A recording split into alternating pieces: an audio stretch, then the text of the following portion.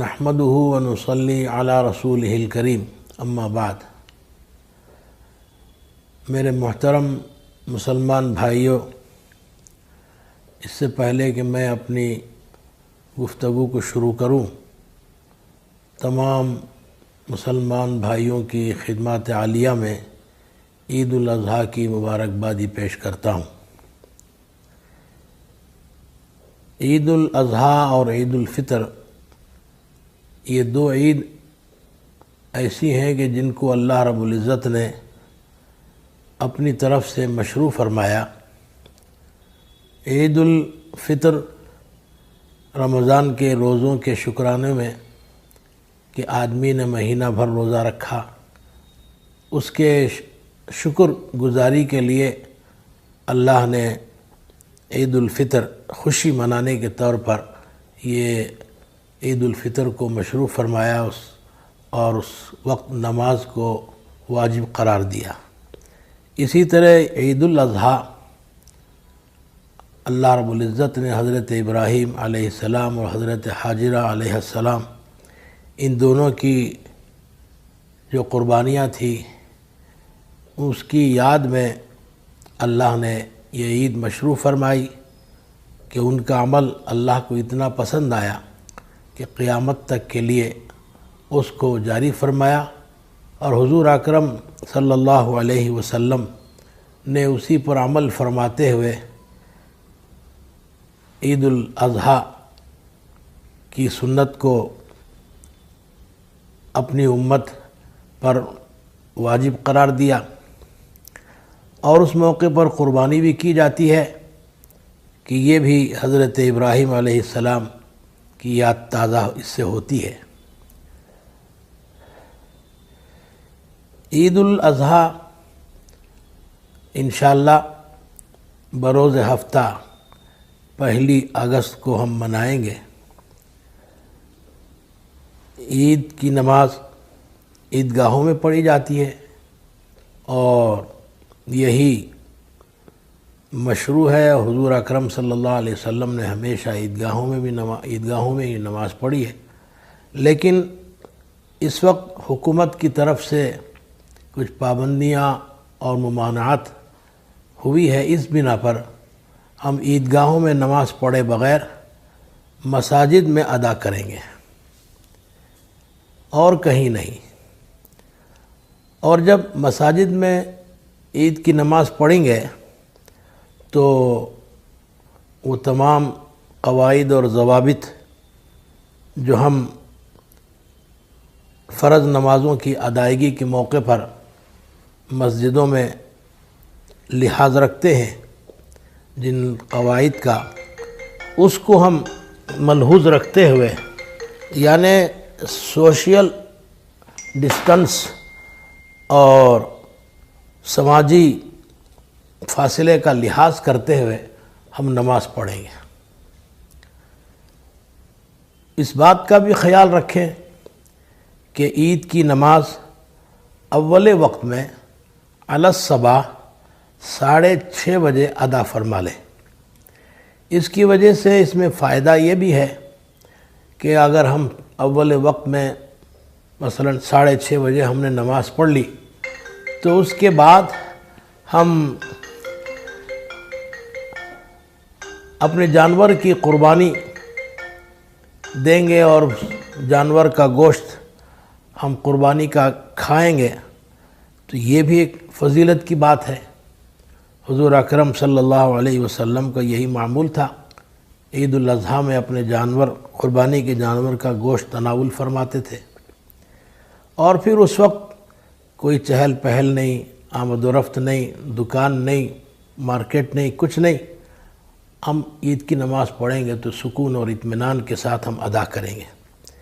اس بنا پر ہم نے مشورے سے یہ طے کیا ہے کہ علی الصبح 6:30 بجے ہم عید کی نماز ادا کر لیں، بلکہ یعنی 6:45 یا 7 سے پہلے ہم نماز سے فارغ ہو جائیں، اور اس کے لیے ہم گزارش کرتے ہیں نماز پڑھانے والے ائمہ اور خطباء سے کہ نماز اور عربی خطبے پر اکتفا فرمائیں۔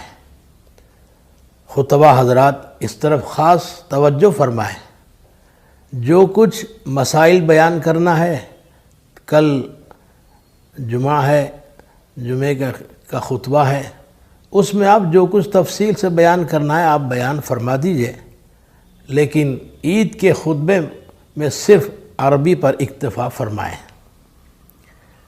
اور عید کی نماز کے بعد مصافحہ اور معانقہ اس سے پرہیز فرمائیں، اور اسی طریقے سے رشتہ داروں کے ہاں آنا جانا اور پھر ان کی مبارکبادی، اس سے بھی اگر آپ پرہیز کرتے ہیں تو زیادہ بہتر ہے۔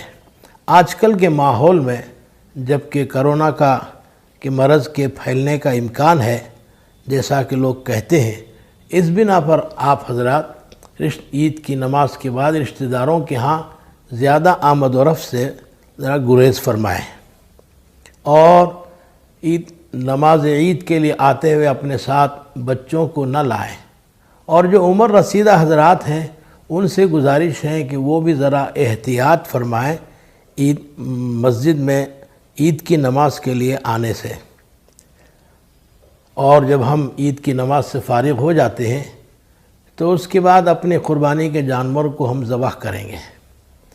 دیکھیے، قربانی یہ ایک عظیم عبادت ہے اور شعائر اسلام میں سے ہے۔ قربانی کے 3 دن 10، 11، 12، ان 3 دنوں میں جانور کی قربانی کی جائے گی، اور یہ قربانی ان لوگوں پر واجب ہے جو صاحب نصاب ہیں۔ ان دنوں میں قربانی کے جانور کا خون بہانا اللہ رب العزت کو اس سے زیادہ اور کوئی عمل پسندیدہ نہیں ہے، تو اس بنا پر تو قربانی کے جانور کو ذبح کرنا اور اس کا خون بہانا یہ واجب ہے، بجائے اس کے کہ ہم قربانی کے جانور کو ذبح کریں، اگر اس جانور کی قیمت کا صدقہ کر دیتے ہیں تو پھر یہ جائز نہیں ہے، اور وہ صدقہ جانور کے قربانی کا بدل نہیں ہو سکتا۔ البتہ پوری کوشش کے باوجود اگر قربانی نہ کر سکا ان 3 دنوں میں 10، 11، 12، تو جانور کی رقم کی قیمت یا جانور ہی اگر موجود ہے تو اس کا صدقہ کیا جا سکتا ہے۔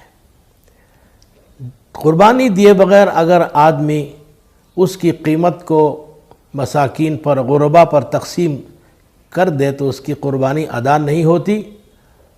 اس بنا پر آپ کو اگر صدقہ اور خیرات کا شوق ہے اور ہونا بھی چاہیے تو قربانی کے جانور کے علاوہ اپنی طرف سے اپنا پیسہ غربا اور فقراء کو دیجیے۔ اور ریاست کرناٹک کی جانب سے جس جانور کی قربانی، جس جانور کو ذبح کرنا ممنوع قرار دیا گیا ہے، جیسے گائے اور اونٹ، ان کے ذبح سے مکمل پرہیز کریں۔ گائے کو اور اونٹ کو ہرگز ذبح نہ فرمائیں تاکہ حکومت کی نگاہ میں ہم مجرم نہ ہو جائیں۔ اگرچہ شرعاً جائز ہے، لیکن ہم کو حکومت کے قانون کی پابندی بھی ضروری ہے، اور تمام احتیاطی تدابیر اور پاکی صفائی کا مکمل لحاظ رکھیں۔ بکرا ذبح کرتے ہیں، دمبا ذبح کرتے ہیں ہم، تو مکمل پاکی صفائی کا لحاظ رکھیں، اور خون، غلاظت، گندگی اور جو استعمال کے قابل چیزیں نہیں ہیں ان کو میونسپلٹی کی جانب سے گندگی ڈالنے کے لیے جو جگہ مختص کی گئی ہے، پوری ذمہ داری کے ساتھ اس گندگی کو وہاں پہنچا دیں۔ راستوں میں خون بہنے نہ دیں، اور راستوں میں جانور کو ذبح نہ کریں، اس سے اپنے پڑوس کو اور دوسرے لوگوں کو ایذا پہنچتی ہے، اور اگر ہم عید کرتے ہیں، خوشیاں منا رہے ہیں اور دوسروں کو نقصان پہنچا رہے ہیں تو یہ اس سے اللہ رب العزت خوش نہیں ہوں گے۔ اس بنا پر ہم راستوں میں یا اپنے گھر کے سامنے گندگی کو ڈالیں یا جانور کو ذبح کریں اور خون بہا دیں، اس سے ہم کو بہت زیادہ پرہیز کرنا چاہیے۔ اور اسی طرح گلی کوچوں میں بھی عام طور پر قربانی نہ کریں، جانوروں کی نہ نمائش ہو اور نہ ان کا گشت کرائیں۔ جیسا کہ بعض لوگوں کی عادت ہوتی ہے، جانور بہت موٹا تازہ اس نے خریدا تو گلی گلی کوچے کوچا وہ اس کا گشت کراتا ہے اور اس کی نمائش کرتا ہے، یہ اخلاص کے خلاف ہے۔ قربانی پورے اخلاص کے ساتھ کی جائے۔ اللہ رب العزت نے فرمایا لَن يَنَالَ اللَّهَ لُحُومُهَا وَلَا دِمَاؤُهَا وَلَكِنْ يَنَالُهُ التَّقْوَىٰ مِنكُمْ۔ اللہ وہ اخلاص ہی زیادہ پسندیدہ ہے۔ اللہ کے پاس نہ خون پہنچتا ہے نہ گوشت پہنچتا ہے، بلکہ اخلاص۔ تو جتنے اخلاص کے ساتھ رسول اللہ صلی اللہ علیہ وسلم کی سنت پر کی اتباع کا ذوق شوق رکھتے ہوئے اور اللہ کے حکم کی تعمیل میں اگر آدمی جانور کی قربانی دیتا ہے تو اللہ کو بہت پسند۔ یہ نمائش اللہ کو پسند نہیں ہے، تو اس بنا پر بھی جانوروں کی نمائش اور گلی کوچوں میں اس کو لیتے گھومتے پھرتے رہنا یہ صحیح نہیں ہے۔ اور اسی طرح میں یہ بھی گزارش کرتا ہوں کہ آپ حضرات جانوروں اور قربانی کے کسی منظر کی تصویر کشی نہ کریں۔ ذبح کرتے ہوئے آپ تصویر لیتے ہیں اور ویڈیو گرافی کر کے وائرل کرتے ہیں تو یہ بھی اخلاص کے خلاف ہے، اس سے بھی آپ گریز کریں، پرہیز کریں۔ تو یہ چند باتیں ہیں جو نماز عید اور قربانی سے متعلق آپ کے گوش گزار کی گئی ہیں۔ امید ہے کہ آپ اس کا خاص خیال فرمائیں گے۔ اللہ رب العزت ہم سب کے لیے یہ عید مبارک فرمائے اور اس کی برکت سے ہم سب کی حفاظت فرمائے، صحت و عافیت سے نوازے اور ہر قسم کی پریشانیوں سے اللہ رب العزت ہماری حفاظت فرمائے۔ پوری دنیا سے یہ وبا ختم ہو جائے، اس کی بھی ہم دعا کرتے رہنا چاہیے۔ پوری دنیا سے اور خصوصاً ہمارے ملک سے، ریاست کرناٹک سے یہ جلد سے جلد یہ وبا دور ہو جائے، اس کی بھی ہم کو اللہ رب العزت کی طرف رجوع کر کے دعا کرتے رہنا چاہیے۔ دعا ہے کہ اللہ رب العزت ہم سب کو نیک توفیق عطا فرمائے اور ہماری عید کو ہمارے لیے سکون کا باعث بنائے اور ہماری قربانی کو اللہ رب العزت قبول فرمائے۔ وآخر دعوانا ان الحمد للہ رب العالمین۔